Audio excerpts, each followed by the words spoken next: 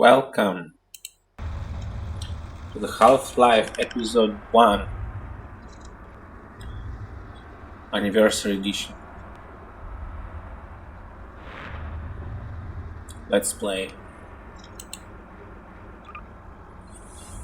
Enable commentary track.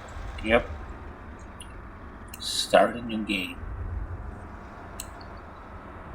Commentary mode is currently on. Okay.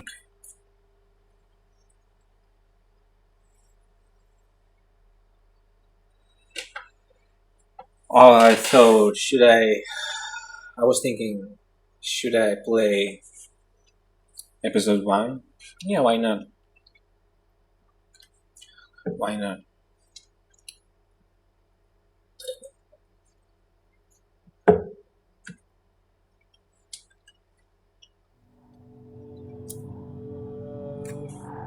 Welcome to Half-Life 2, Episode 1. We received a great deal of positive feedback on the commentary track in The Lost Coast, and so we've included the same feature in this episode. To listen to a commentary node, put your crosshair over the floating commentary symbol and press your Use key. To stop a commentary node, put your crosshair over the rotating node and press the Use key again. Some commentary nodes may take control of the game in order to show something to you. In these cases, simply press your Use key again to stop the commentary. With episodic content, we are hoping to release games much more frequently than has been possible with the monolithic development schedules of the past. Game developers and game customers have been wanting to try this for years. Please let me know what you think after you've had a chance to play this, our latest installment in the ongoing adventures of Gordon Freeman. I can be reached at gayben@valvesoftware.com. No, really? Thanks, and have fun. Tell me, Dr. Freeman, if you can. You have destroyed so much. What is it exactly that you have created? Can you name even one thing? I thought not.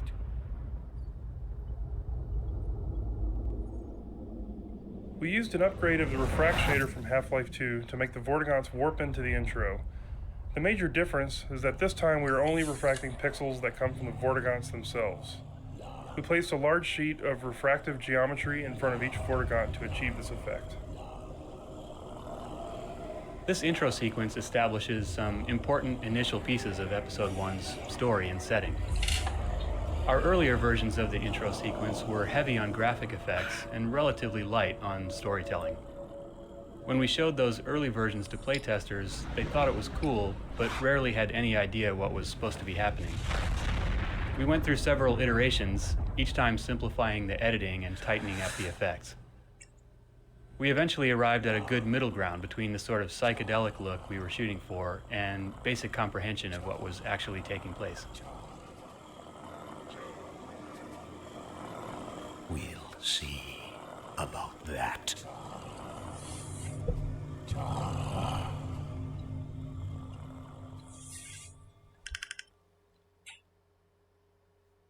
Vortigaunts, they're quite powerful, huh? He has to be somewhere around here. Gotta be close to something. Any luck with that dog?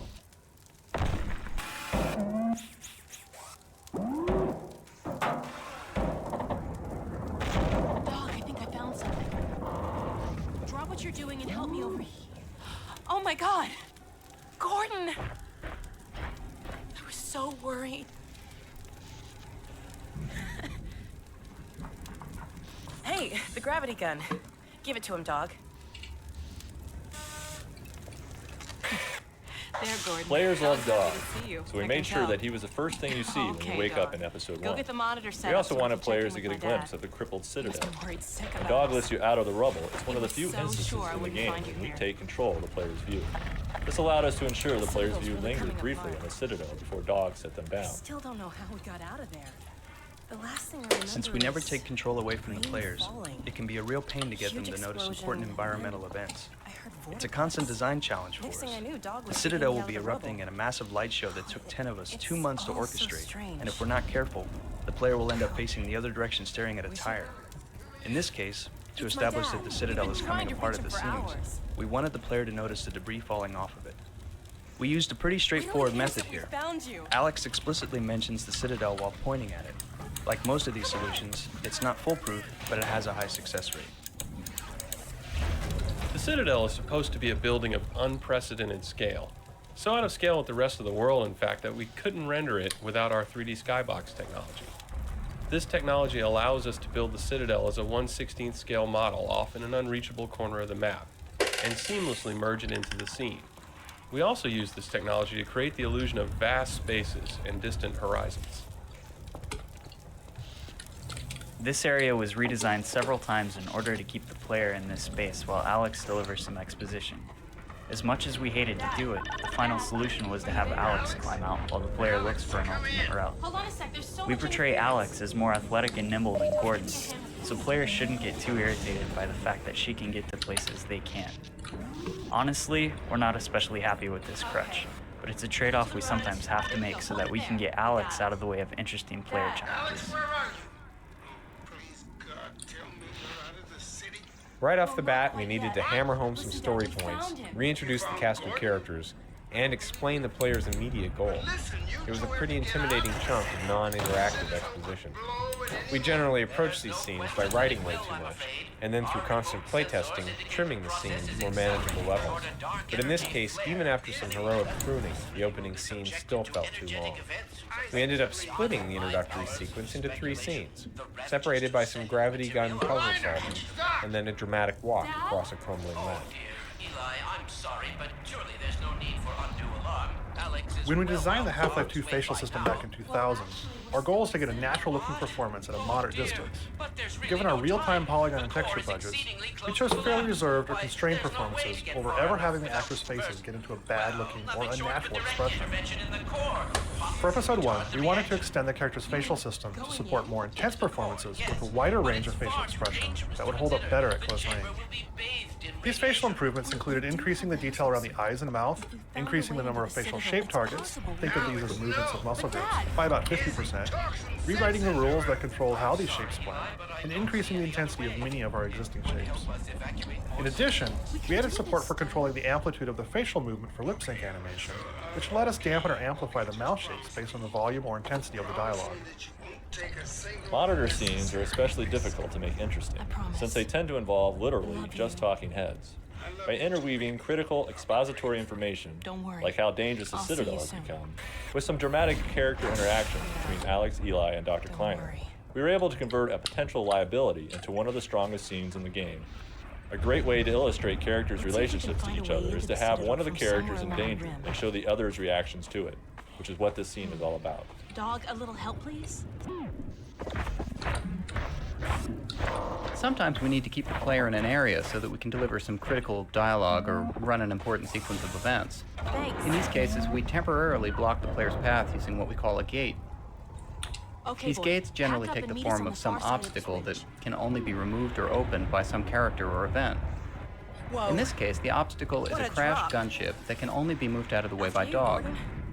Though the final scene looks pretty straightforward, a lot of care had to be taken to make sure that Dog hit his marks and played his sequences without trampling and damaging the player. Alex travels through much of Episode 1 with the player, and consequently passes through a wider variety of lighting conditions than she did in Half-Life 2. This meant that we had to improve the quality of the lighting algorithms used on Alex to look realistic in any situation, from the eerie hallways of the Citadel to the streets of City 17 at sunset. For this episode, we added a specular lighting term to the shaders used on Alex, which provides a realistic shiny look to her skin, her leather jacket, and even her teeth. In these new lighting calculations, we chose to specifically emphasize bright highlights caused by illumination from grazing angles. This type of lighting, also referred to as rim lighting, is particularly dramatic when coming from low-angle light sources such as this bright sunset. You'll also note that the rim lighting is further enhanced by our high dynamic range post-processing, which causes the specular highlights to bloom in a striking and dramatic fashion. We have found that the move to an episodic development cycle allows us to take advantage of the fast pace of graphics hardware innovation by incrementally adding new features, such as Alex's new lighting techniques, to the source engine with each new episode. This ledge is a really tricky spot for NPCs to navigate. While we wanted Alex to be able to maneuver dynamically through any complex environment, in certain navigation situations we're faced with a trade-off between flexibility and visual quality.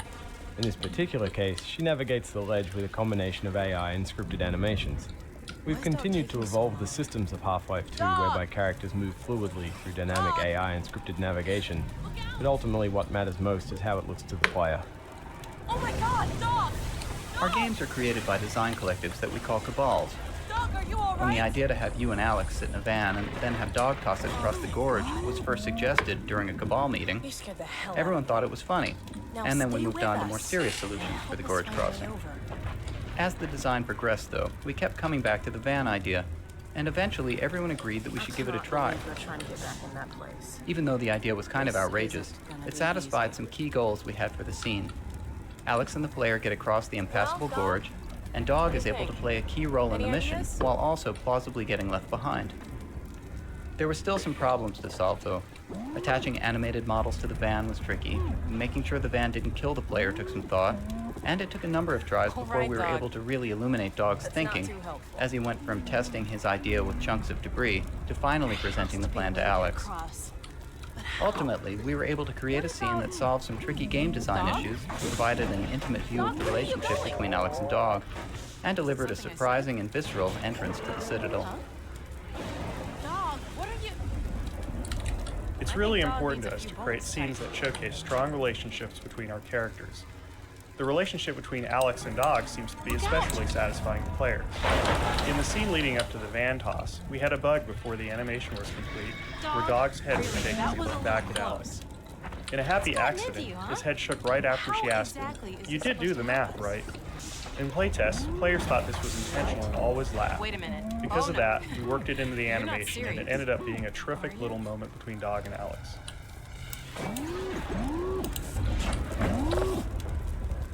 Well, Gordon, unless you have a better suggestion, he is a robot. He's done the math.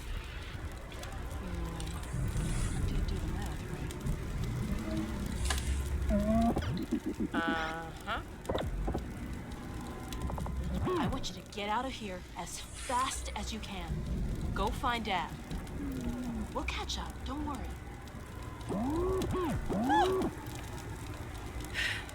All right. I'll miss you too. Now, don't worry about me. I'll see you soon.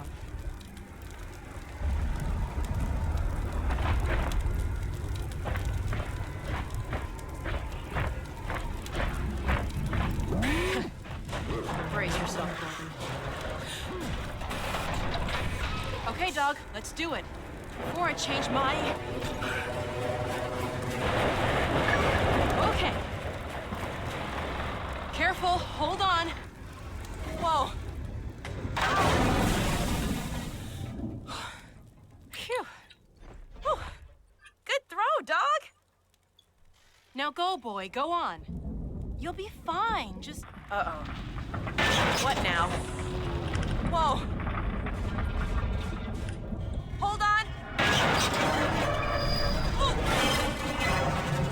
Oh.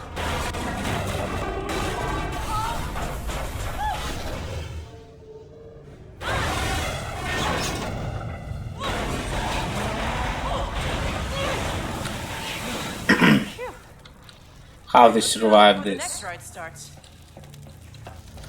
To convey a sense of urgency, we originally designed Alex to nag the player pretty frequently. She'd say things like, "Hurry up, keep moving." Whether or not this created a sense of urgency is debatable, but after about 3 minutes of this, the one thing it definitely did was make the player hate.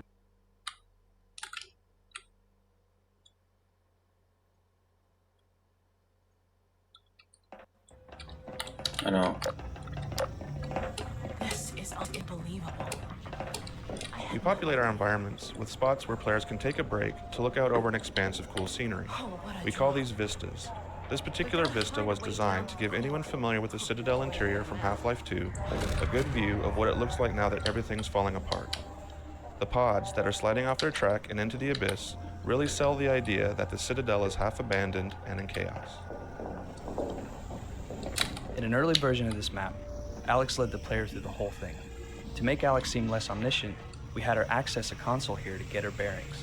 It exploded, which helped drive home the point that the Citadel was in bad shape, but generally, it was a long pause in the action without a lot of payoff.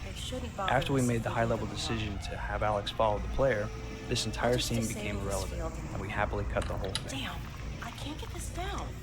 Something. Training is one of the fundamental tenets of our design philosophy. Before the player is required to utilize some new game mechanic, or new weapon, or face a new monster under pressure in a dangerous situation, we always introduce the concept in a relatively calm, but ideally still entertaining way. This entire scene teaches the player that Alex can convert roller mines so that they can be used as a friendly weapon. Later, the player is required to do this in more pressing circumstances, but at this point, everything's still pretty calm. In the original design, the player retrieved the roller mine from a dispenser and used it to take out a Combine soldier who was holding the field from the other side. Eventually, we scrapped that idea and combined the roller mine training with some stalker exposition that originally occurred in a separate scene. Grab one of those roller mines and bring it over to me. In a good puzzle, the player is presented with an overall goal and then faces a number of smaller challenges in pursuit of that goal. In the case of the stalker puzzle, we start with, how do I open the door? From there, we move to, how do I get to the stalker? Then, how do I get to the roller mines? How do I get the roller mine back to Alex? And finally, how do I use the roller mine to disable the stalker?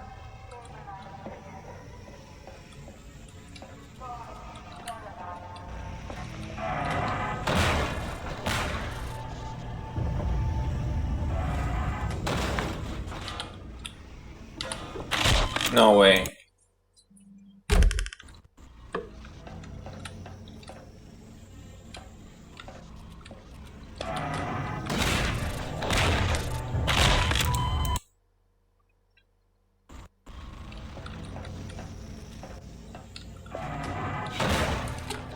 Come on.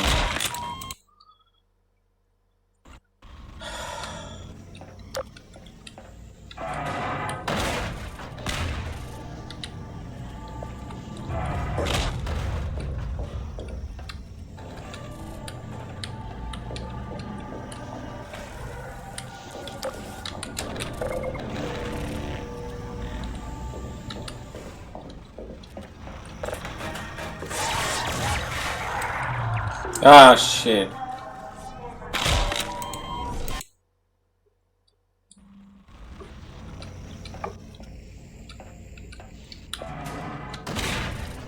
What the?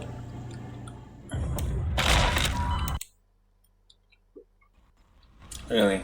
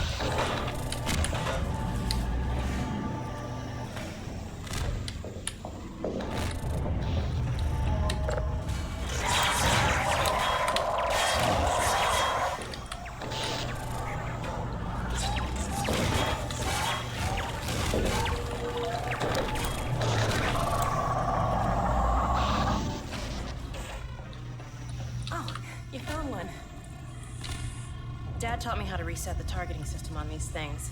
A little extra juice in the right spot, and it's on our side. I'll hold it out where I can work on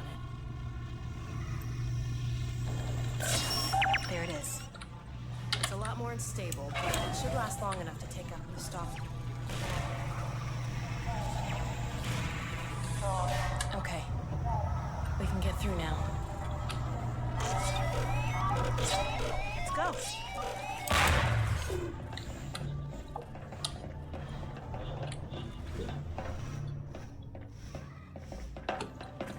We wanted to create an atmosphere of urgency in the Citadel, with Alex and the player focused on getting to the core to stop the impending collapse. Initially, we tried to reflect that urgency through Alex's behavior and acting. This proved to be unsustainable, however. If the player didn't choose to advance, Alex eventually ran out of lines or animations and was forced into her very non-urgent idle states. We found that the best approach was for Alex to have such implicit trust in and sympathy with the player that she's always content to proceed at whatever pace the player chooses.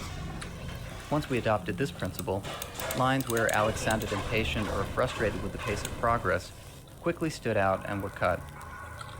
We created a new Citadel destruction set of broken Combine panels and prefabs for the interior spaces to help make the Citadel look like it was on the verge of exploding. We also introduced a strong ambient orange color to help sell the fact that the Citadel was in a much different state from the last time the player passed through. The orange atmosphere was justified due to all the fires and smoke inside the Citadel.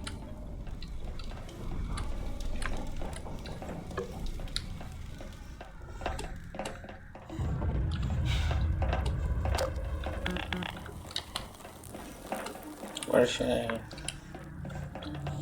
go?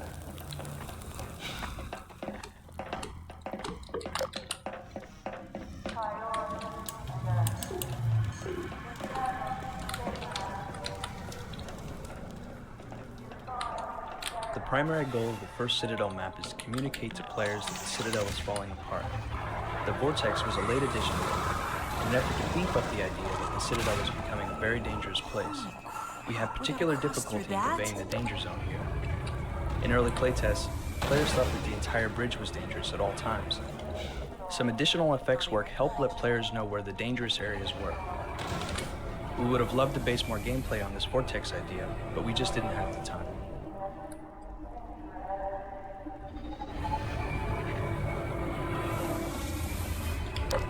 We made it! Alright.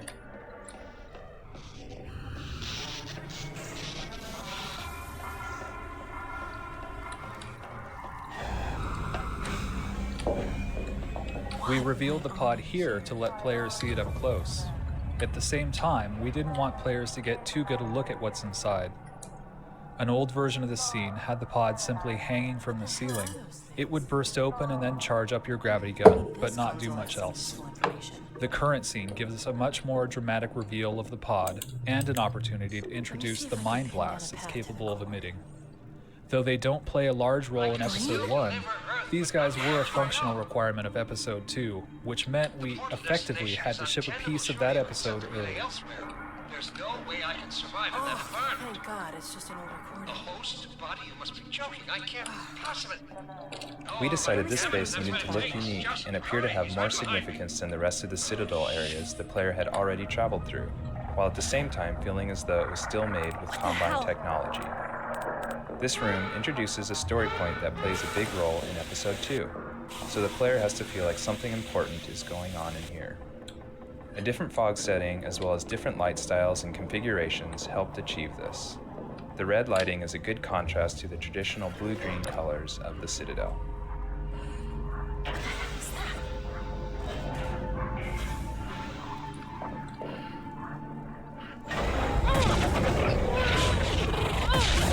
Let's get out of here!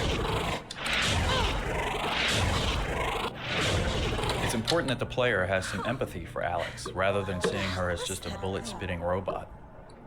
The brief recovery scene after the pod mind attack reminds the player that Alex is also affected by events in the world.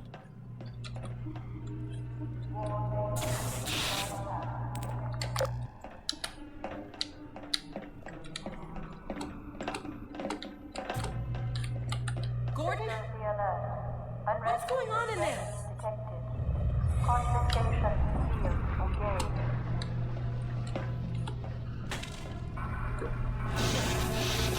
Hey, it's doing something to the gravity gun.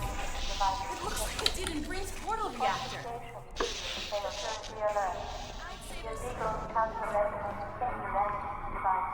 Finally. I like this gravity gun. Boom.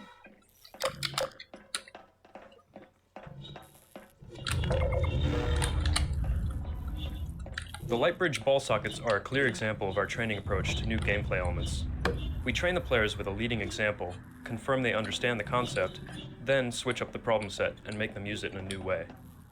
The first bridge shows players the solution, the second one confirms they understand it, and the third, knowing they understand the gameplay mechanic, challenges them in a new way using that mechanism.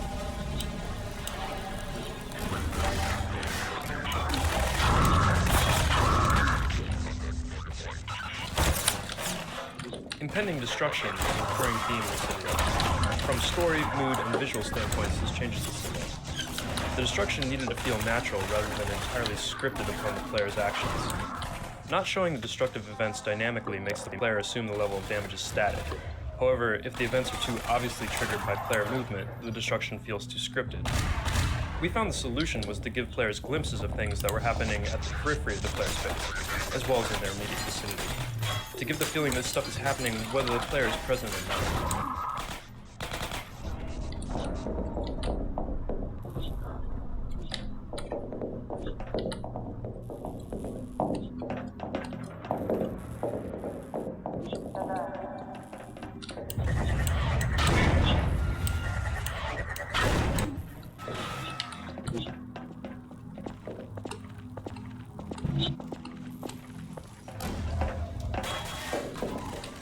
Having trained the player that balls fit into sockets, we wanted to introduce a puzzle where the question was how to get a ball into the socket.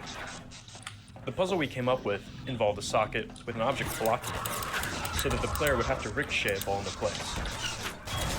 This sounded simple until we actually tried to implement it. If we made the covering opaque, playtesters didn't realize that there was a socket behind it. When we made it translucent, they often didn't see it was there, and were confused when the shot bounced off. Making it movable was a red herring, making people think that they could actually knock it away. A couple of subtle art changes helped. We added some more prominent shadowing and made the glass panel flash when it was hit with a ball. Some playtesters consistently searched for a position to get a direct shot, which we didn't discourage as an alternate solution.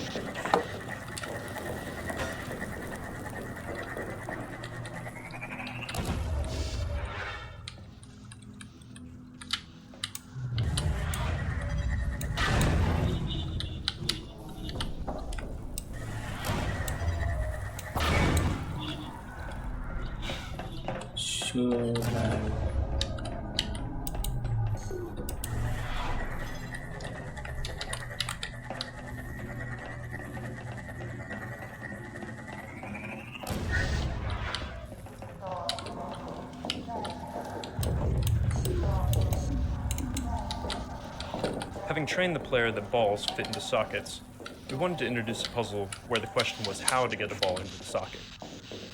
The puzzle we came up with involved a socket with an object blocking it, so that the player would have to ricochet a ball into place. This sounded simple until we actually tried to implement it. If we made the covering opaque, playtesters didn't realize that there was a socket behind it. When we made it translucent, they often didn't see it was there, and were confused when their shot bounced off. There are some little practical details that take a surprising amount of time and testing to get just right. For instance, it took us many playtests to figure out just how fast Alex should move. It turns out that her following behavior looks and feels the best when she's moving faster than the player's normal speed, but slower than the player's sprint speed.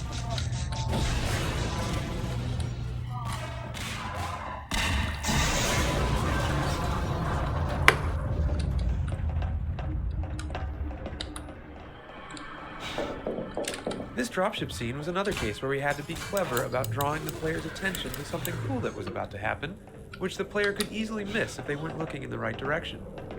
We used a solitary soldier firing at the player to draw their attention to where the dropship climbs into view. Once the player notices the dropship, there's a good chance they'll watch it until it chaos and crashes.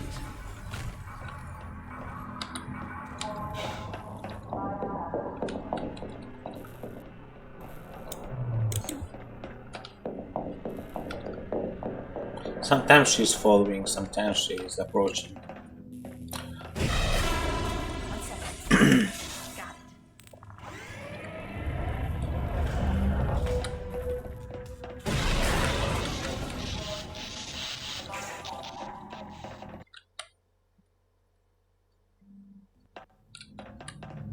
Alright, that's all for today. Let's see what will be next time.